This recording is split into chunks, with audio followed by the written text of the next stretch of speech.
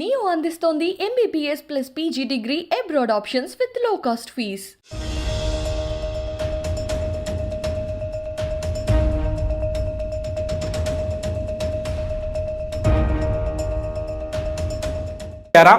ఢిల్లీలో చక్రం తిప్పుతామని గల్లీలో ఆలోచిస్తున్నారా?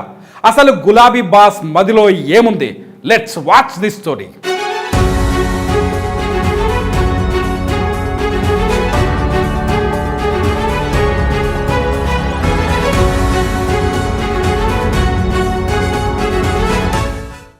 జాతీయ రాజకీయాల్లో ఎప్పుడూ లేనంత హడావిడి కనిపిస్తోంది. ఓవైపు ఇండియా పేరుతో విపక్షాల కూటమి ఏర్పడగా, మరోవైపు ఎన్డీఏ తన పరిధిని మరింతగా విస్తరించుకుంది. వచ్చే ఎన్నికల్లో ఎన్డీఏ వర్సెస్ ఇండియా అన్నట్టుగా ప్రతిపక్షాల కూటమి ప్రకటించింది. అయితే ఈ మొత్తం సీన్లో మన గులాబీ బాస్ కేసీఆర్ మిస్ అయ్యారు. ఇటు ఎన్డీఏలో లేరు, అటు ఇండియా కూటమిలో లేరు. ఇక థర్డ్ ఫ్రంట్ అన్న మాట నీటి మూటగానే మిగిలిపోయింది. జాతీయ పార్టీ పెట్టి ఇన్నాళ్ళు హడావిడి చేసిన ఢిల్లీ, మహారాష్ట్రల్లో పార్టీ కార్యాలయాలు పెట్టినా ఇప్పుడు మాత్రం సైలెంట్ అయిపోయారు గులాబీ బాస్. థర్డ్ ఫ్రంట్ ప్రయత్నాలు చేసినప్పుడు తోడుగా ఉన్నవారు కూడా ఇప్పుడు హ్యాండ్ ఇచ్చి కొత్త కూటమిలో కూర్చున్నారు. మరి ఇప్పుడు ఏం చేస్తారు ఈ గులాబీ అధిపతి? అయితే పులి 2 అడుగులు వెనక్కి వేసిందంటే 4 అడుగులు ముందుకేయడానికే అనే సూత్రం మరవద్దు అంటున్నారు గులాబీ నేతలు. అన్నమాట ప్రకారం ఢిల్లీలో చక్రం తిప్పుతారు అంటున్నారు. కేసీఆర్ మౌనానికి ఓ కారణం ఉందని చెబుతున్నారు.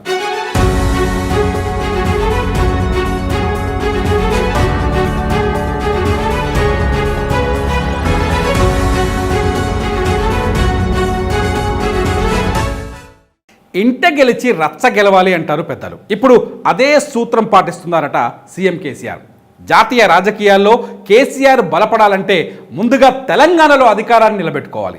తెలంగాణ ప్రజలు తనకు అండగా ఉంటేనే దేశ రాజకీయాల్లో ప్రభావం చూపే అవకాశం ఉంటుందని భావిస్తున్నారు. అందుకే కేసీఆర్ ముందుగా ఇంట గెలవాలని అనుకుంటున్నట్లుగా తెలుస్తోంది. తెలంగాణలో 3వ అధికారంలో కట్టబెడితే దేశ రాజకీయాల్లో కీ రోల్ పోషించే అవకాశం ఉంటుందని కేసీఆర్ భావిస్తున్నారు. అయితే తెలంగాణలో గులాబీ పార్టీ గెలుపు పక్కా అనే ధీమాలో ఉన్నారు కేసీఆర్.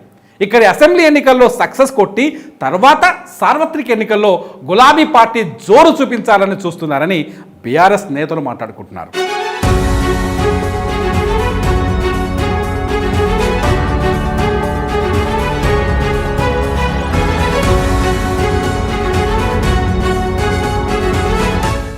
కేసీఆర్ 2 సార్లు తెలంగాణ నుంచి గెలిచి సీఎం అయ్యారు. 3వసారి కూడా ముఖ్యమంత్రి అయితే తిరుగుండదని భావిస్తున్నారు బీఆర్ఎస్ నేతలు.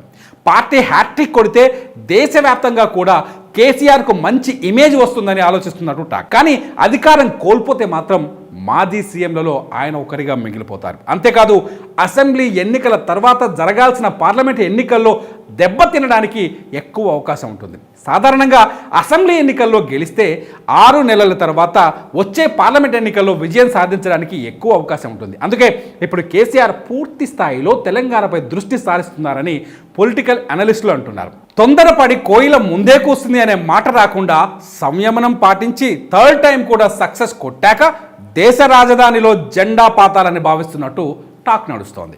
కేసీఆర్ ఇప్పుడు దేశ రాజకీయాల వైపు చూస్తే మొదటికే మోసం వచ్చే అవకాశం కూడా ఉంది. ఇదే కేసీఆర్ ఆలోచిస్తున్నట్టు బీఆర్ఎస్ వర్గాల్లో చర్చ నడుస్తుంది.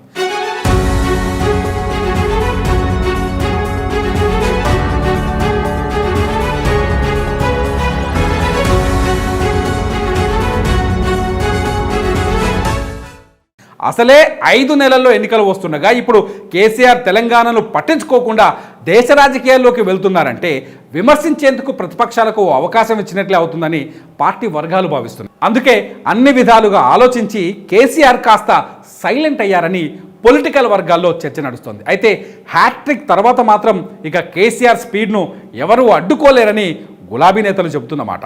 రాజకీయాల్లో కేసీఆర్ను మించిన ఘనుడు లేడు. ఎప్పుడు ఏం మాట్లాడాలో, ఎప్పుడు ఏం చేయాలో ఆయనకు తెలిసినట్లు ఇంకెవ్వరికీ తెలియదు.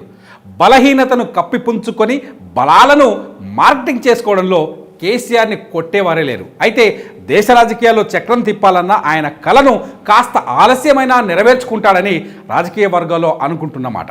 ఇక ఏం జరిగినా తెలంగాణ ఎన్నికల తర్వాతే అన్నది ఇప్పుడు క్లియర్గా అర్థమవుతోంది.